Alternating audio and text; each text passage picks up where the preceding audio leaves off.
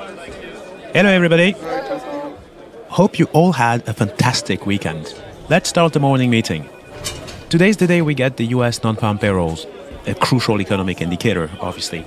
It should be out in the next few minutes. Given the robust US corporate earnings we've seen in the recent months, I anticipate the number will be quite strong.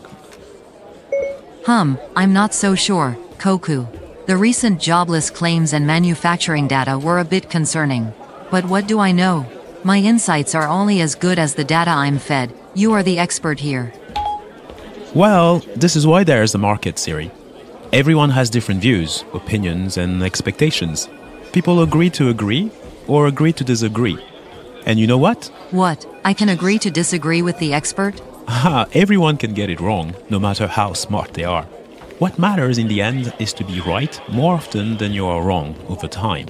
And more importantly, to be good at managing your risks when you get it wrong. Cut your losses early. Wise words. Reminds me of this quote from John Kenneth Galbraith, the economist. There are two types of forecasters, those who don't know, and those who don't know they don't know. I like it.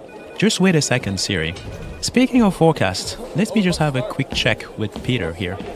Hey, Peter, do you have a minute? Sure, Kokou. What's the risk report looking like today? Are you feeling bullish or bearish on the non-farm payroll release? Difficult to say. I don't have a strong view here. There are good arguments on both sides, so I'm light on risk. Things will go either way, you know.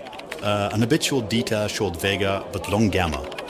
But I always make sure I stay within my risk limits. My VAR is only 10% of my stress test, so we can provide liquidity, client activity strong, and we've got good two-way flow. Good point. I like the long gamma short vega exposure to capture event volatility risk premium. What's the probability priced by the market? Well, there's an option prices from interest rate swaption, currency options, and the VIX for equity volatility. Looks like that there's roughly 60% probability the number will be bad. Sorry to interrupt, guys. Look at the TV. The results are coming in. Good morning, this is Bloomberg Daybreak News. These are the stories that are set to your agenda. Non-farm payrolls fall short of expectations. Equity markets plummet. Bond yields slide. Oops, I was not expecting that. The market is really taking a hit now. Sorry, Kokou. I really need to go. Client orders coming in. Need to do some prices here. Speak to you later. Sure, good luck. I don't think I got a single word of your conversation. Vega, gamma, beta? Don't worry, we'll cover a lot of that in a minute.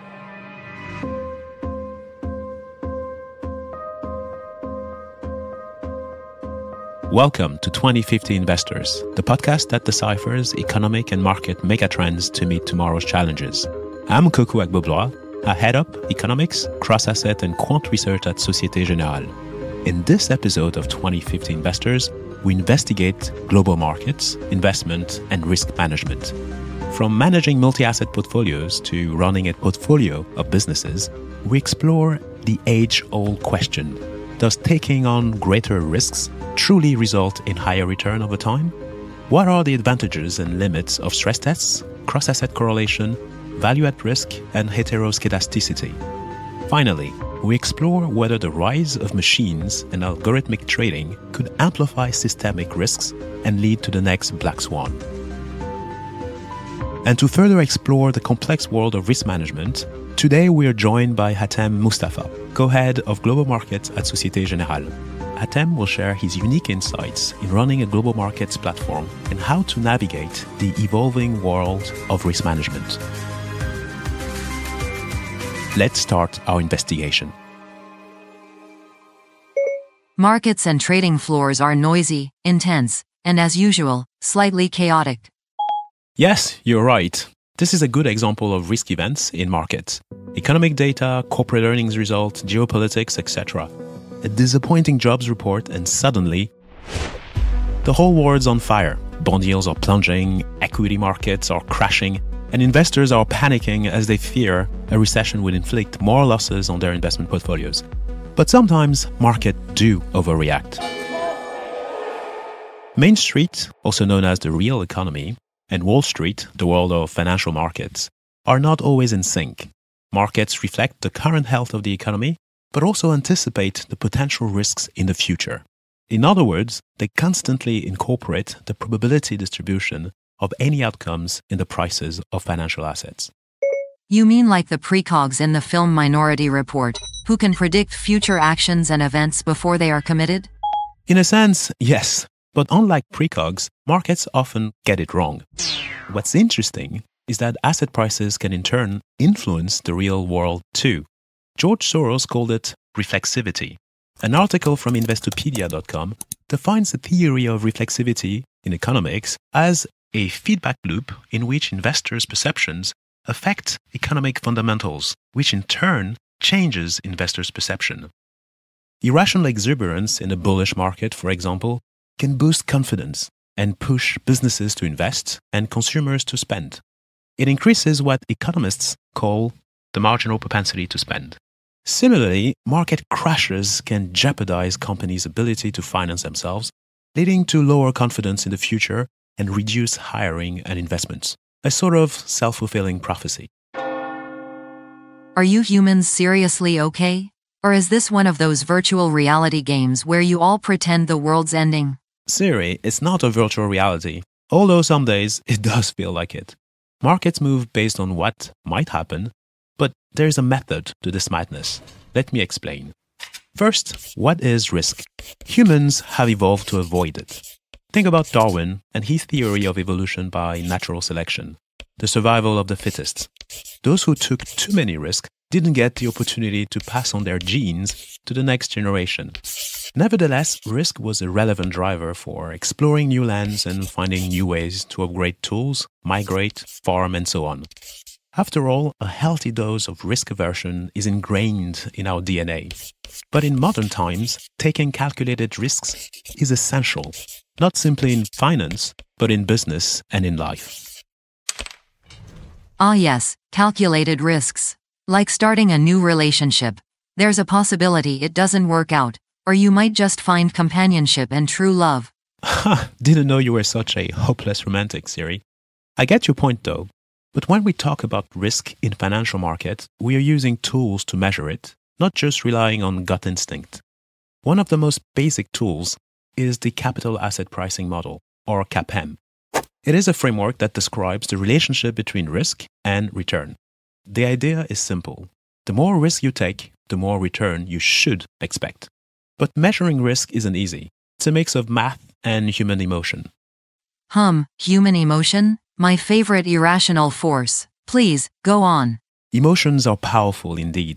To paraphrase the famous quote by Blaise Pascal, the French mathematician and philosopher, when he talks about love, the market has its reasons, which reason knows nothing of.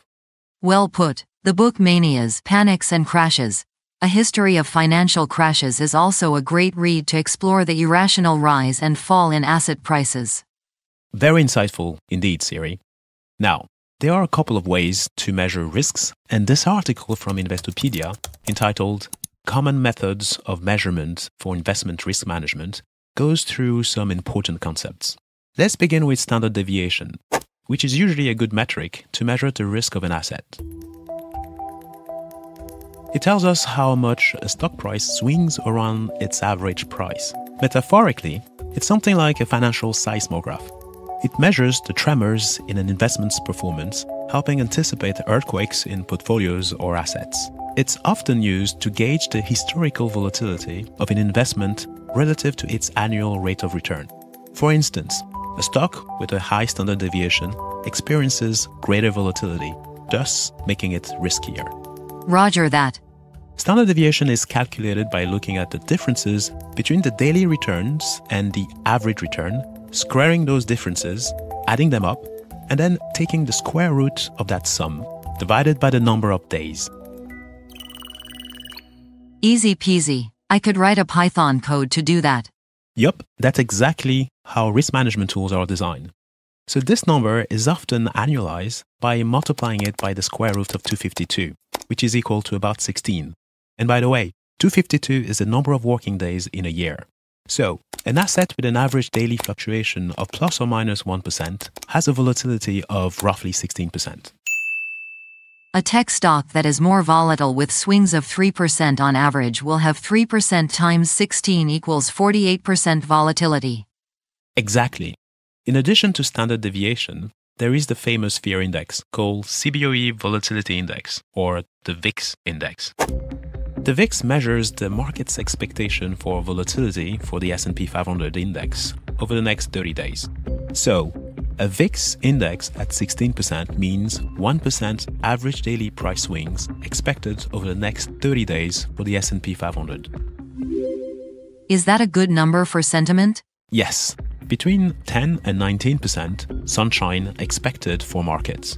Above 25%, clouds and rain. And above 40%, I would say thunderstorms ahead. So, for anything above 25%, traders should stand under an umbrella, Ella. Under my umbrella, Ella. Or just buy stocks in raincoats, Rihanna. Now, the not so basic concept is that volatility can itself be volatile over time. Let's say average daily return of 1% for 6 months, followed by a turbulent period with 3% average daily moves. This is called heteroskedasticity, which in Greek means different variance. It is the opposite of homoskedasticity, same variance. Volatility of volatility. That's hardcore. Definitely. Moving on to the third concept, we have Sharpe ratio. This ratio enables investors to assess how much excess return they are receiving for the extra volatility of holding a specific asset. A higher Sharpe ratio indicates better risk-adjusted performance. For example, a Sharpe ratio of 1.5 is generally considered good, 2 is very good, and 3 is excellent. What about beta? We heard this a lot on the trading floor. Well, beta measures a security or sector's systemic risk relative to the entire stock market. It provides investors with a quick way to assess an investment's volatility compared with a benchmark, typically the broader market. If a security's beta equals 1, the security has the same volatility profile as the broad market.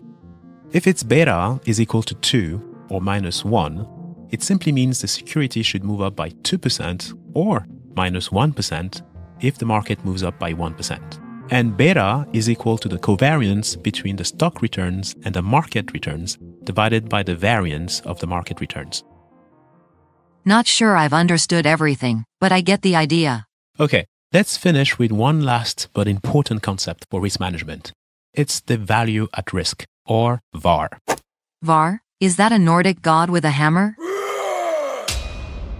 Nice one, Siri. Sorry to disappoint you, but VAR is a statistical measure of the potential loss in value of a risky asset or portfolio in a given period for a given confidence interval. It provides a single, easy-to-understand number that encapsulates the downside risk of an investment. VAR is like a financial weather forecast telling you the chances of storms ahead, much like Thor's hammer Mjolnir, which brings thunderous warnings of impending danger. For example, suppose a portfolio of investments has a 1-year 10% VAR of $5 million. As such, the portfolio has a 10% chance of losing $5 million over a 1-year period. Interesting. The VAR has some notable limitations. It doesn't provide information about the severity of losses beyond the VAR threshold. It'll tell you the likely forecast, but won't give you the chance for a low percentage storm that could wipe you out.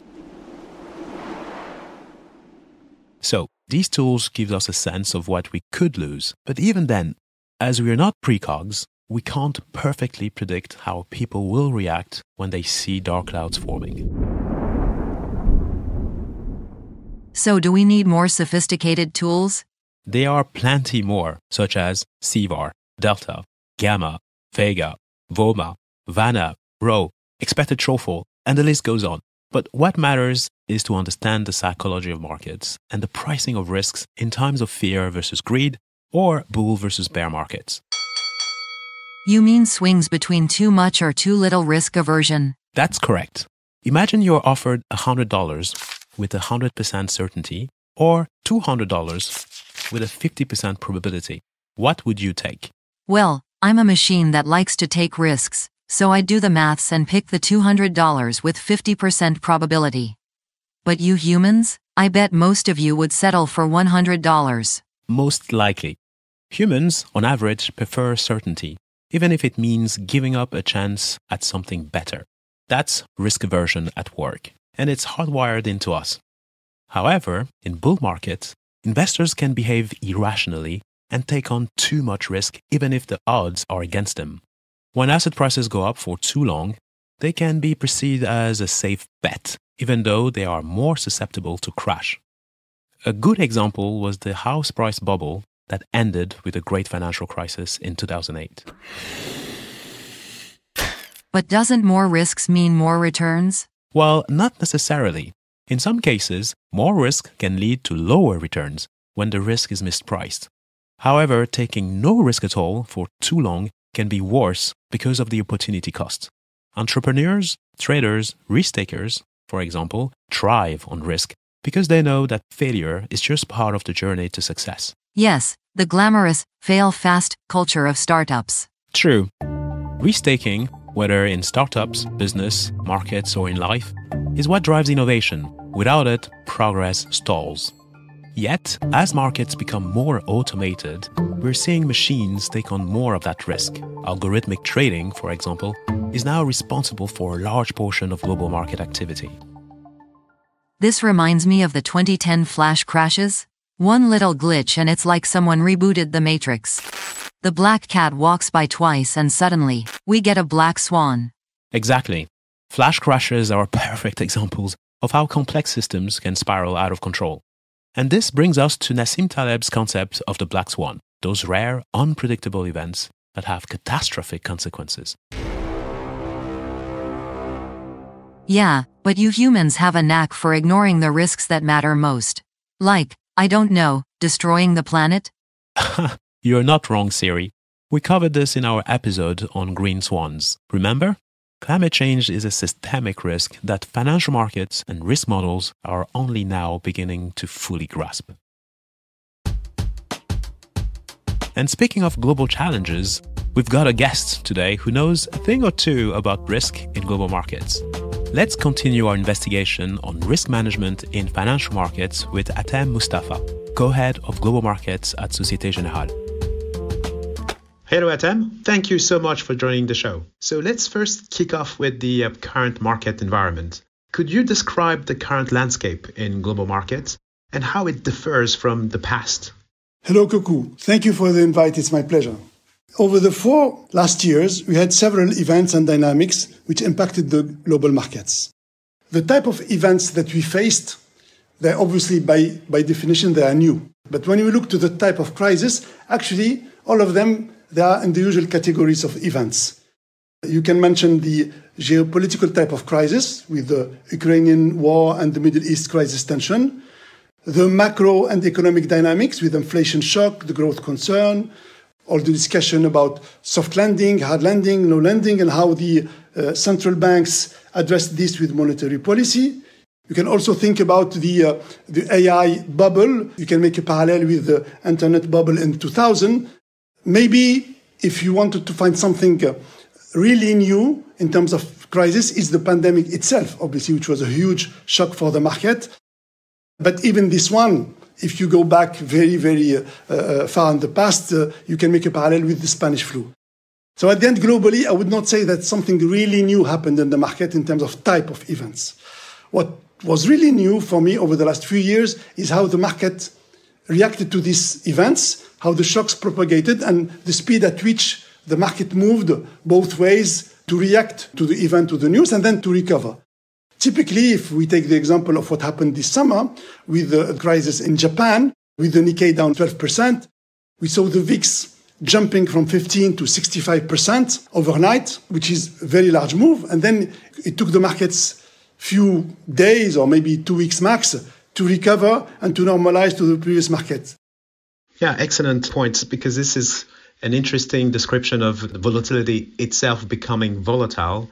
And you also made the point around the machines potentially creating more instability. So this leads me to the second question. What are some of the key tools and best practices for managing market risk in a global market business, for example? And how have these risk metrics evolved over time?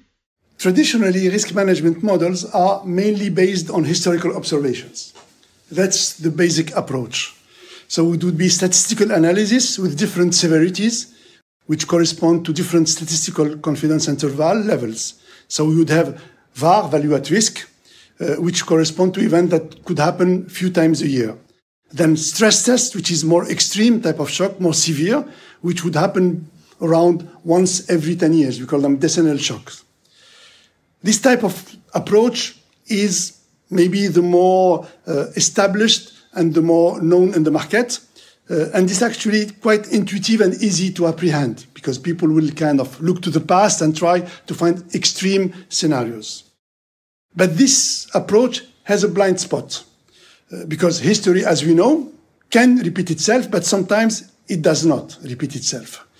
And here, to complement this, we have what we call the hypothetical stress testing. Hypothetical stress testing is to be able to imagine something that never happened in the past, but still plausible. Then maybe the last evolution and trend in the industry that we see from the industry, but also from the regulator trying to push the industry to have this type of approach is what we call the reverse stress testing. So the reverse stress testing approach would not care about the plausibility as we do in historical and hypothetical, because again, historical and hypothetical scenario are extreme, but still needs to be plausible, and this is super important. In the reverse stress testing approach, you would push your scenario or your shock until a breaking point, until a rupture, just to see how solid is your position or your book, and then just to explore this point. Why is it important? Maybe we can use a concrete example, which is not in the financial industry, maybe in the auto industry. You built a new car, and then you want to test how the brakes works in different conditions. So you'll test your brakes in normal weather conditions with some variation of temperature, of wind, of rain. Maybe this is the value at risk. This is like business as usual, and then you have some kind of relatively mild but extreme conditions. Then you want to stress test this. So you stress test, you will push, let's take the temperature, up to 50 degrees Celsius. This is extreme, but still plausible. You can imagine some days with the heat, you would go to this type of temperature. And then it's important to see that your brakes still work. That's stress test. But then the reverse stress testing is you don't care about is 50 degrees plausible or not. You will take your car into a laboratory and you will push your temperature 60, 70, 100 until the brakes do not work. And then you'll see this point where your brakes do not work. What do you do with it? Either, let's say, your breaking point is 52, and then you say, let's be careful. I need maybe to improve my brakes that, who knows, 50 is too close to 52, and then I make it my new plausible stress test. Or you say 100 degrees, I don't care. I'm not going to invest to improve the quality of my brakes to make it still robust at 100 degrees Celsius. But it's still important to go to explore how far is this breaking point. This is super important. This was quite insightful. Now, how do you balance the need to take on risk to achieve returns? Clearly, global markets businesses take risk, but they need to generate returns. So what's your approach from that balancing exercise between risk-taking and achieving returns for shareholders? Great questions. There are two dimensions to this. First, setting an absolute level of risk we want to take. So this risk needs to be well calibrated versus our capacity to absorb losses and the capital we want to allocate to this activity or to this desk. And then, within this maximum risk envelope that we want to take, then we try to take what we call smart risk, in the sense of good risk return. So typically we would avoid to take what we call tail risk by the easy, let's say, maybe lazy approach or trading strategy to go to sell out of the money options just to take the premium, hoping that nothing will happen. This is typically something which is not a smart way of allocating your envelope of risk. Then another aspect that we look at is the consolidation and the hidden concentration or correlation between different positions. So typically, especially in a big organization, you would have like different positions and risks spread over different books, desks, even regions. And then you need to be able to consolidate this and to add risks when they are correlated. Otherwise, you would lose the big picture and you will miss this concentration. I really like the point around correlation. So one of the best principles in risk management is clearly not to put all of your eggs in the same basket. So how do you manage correlation risk in a portfolio of businesses? Can we even think about an efficient frontier of businesses and the idea of an optimal allocation of resources among these businesses? Yes, obviously diversification is about correlation in a way. So having a diversified book is to have assets, positions that are either negatively correlated or zero correlation, at least no positive correlation. That's where you have your diversification benefit. However, something super important to keep in mind, correlation evolves over time in different market regime and is not stable. So it tends to deform in stressed market where this kind of dynamic of correlation will be driven by risk management, like stop loss, moving from one position to another, taking your gain or cutting your losses, versus another type of regime of correlation on the long term about asset allocation and more linked to monetary policy. So we need to be super careful about this change of regime of correlations. Maybe a concrete example. Recently, something you may have read in the news and in the market comments is what we call bad news is bad news and bad news is good news. Typically, when we had these figures around growth, around employment in the US, the market could react different ways. So if you have a negative number in terms of economic growth, the first reaction is market anticipate rate cuts, which is normal and the right way. Then bonds will go up. But then the equity could behave differently. Either the equity will also go up because people will anticipate the impact of these lower rates on the equities because you will capitalize your future flow with the lower rates. Mechanically, this is good for the stocks. And then actually it's positive for the stocks. So in this case, bad news is good news and the correlation between bonds and equities is positive. Or you can be in a regime where bad news is actually bad news in the sense that a negative number on employment is negative for the economy and therefore is negative for the equities, which is the most direct and obvious reaction to the equities. And in this case, the equities and the bonds will have negative correlation. So this is super important and shows how this correlation could change over different market regimes. It's also super important, as you can imagine, for all this asset allocation theory in the portfolio diversification, the 40-60, etc. And you can see here that this aspect is quite sensitive and more complex than it looks at first. Then, when it comes to managing a portfolio of businesses, of course, we'll take into account this correlation that I just mentioned. And again, keeping in mind that this correlation regime could change over time. But there are also a broader type of businesses. There are businesses, typically agency versus principal business. Agency business, what is good is you don't take market risk. So at the end, you don't need to take care about the correlation. And this diversifies your business because it's based on fees. And this is the perfect diversification. Obviously, the level of fees could depend also on market conditions, but at least in terms of risk management, it's not like raising the same type of issues in terms of correlation between asset classes. Then, of course, the agency and the fees business, even if it doesn't raise market risk, they raise other type of risks, like operational risk, legal risk, things like that. But at least in terms of diversification, it's a good complement to your mix of business between principal and the agency and fees business.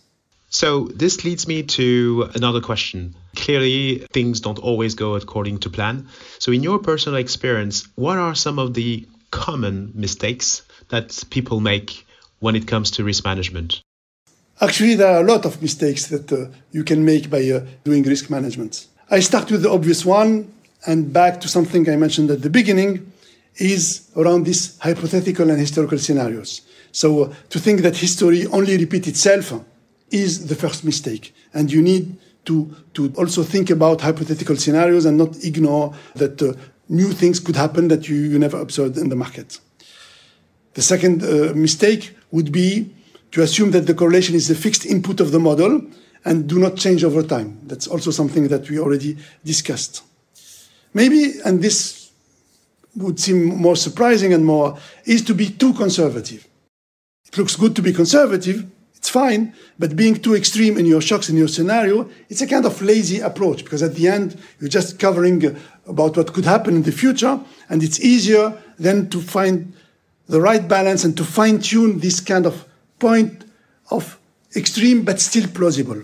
Because at the end, you can show a very large number in terms of potential losses, but it's because of something that no one thinks would happen. It doesn't help in managing your risk. So at the end, no need to be concerned about the end of the world, as they say. The end of the world will take care about itself. We have the example of LTCM, collapse. It's a very large hedge fund, which was run by brilliant PhD in astrophysics and Nobel Prizes, trying to modelize everything. In this respect, you need to take a step back and to keep a common sense in the way you run. Models are super good. You need models. But again, all the models are imperfect, and you need to have this in mind and not to rely too much on what the models are giving as an output.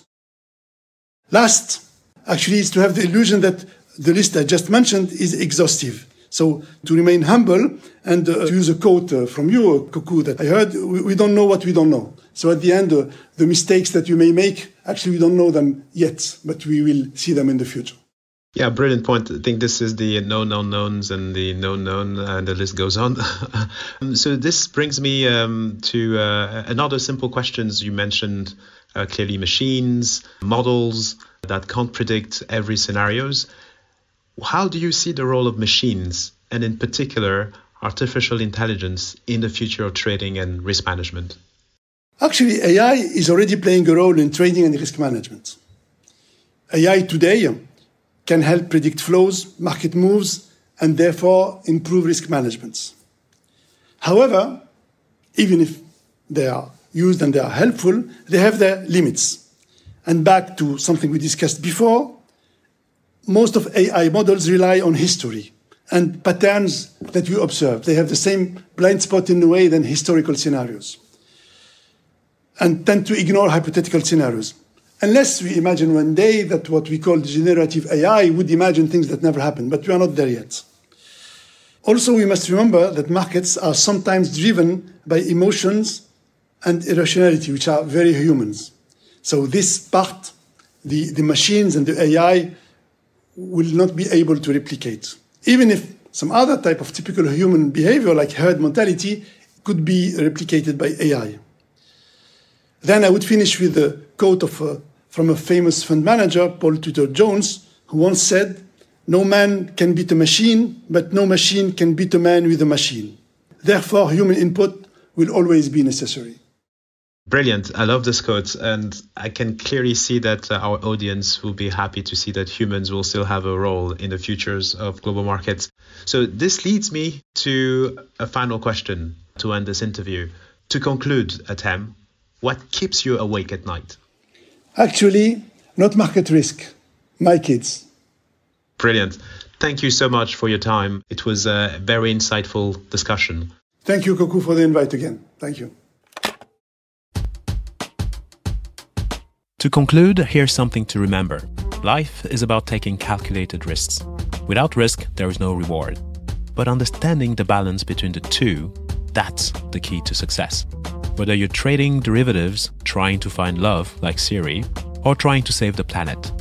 To quote Mark Zuckerberg, the biggest risk is not to take any risks.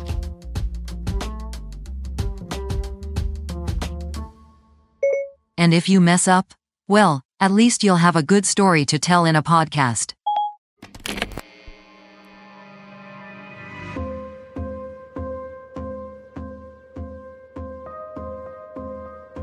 Thank you for listening to this episode of 2050 Investors. And thanks to Hatem Mustapha for his perspective and insight. I hope this episode has helped you get a sense of risk management in markets and in life. You can find the show on your regular streaming apps. If you enjoyed it, we'd love your help in spreading the word. Take a moment to subscribe, rate, and leave a review on Spotify or Apple Podcasts. See you at the next episode.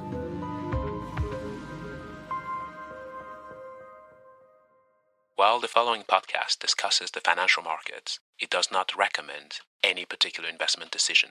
If you are unsure of the merits of any investment decision, please seek professional advice.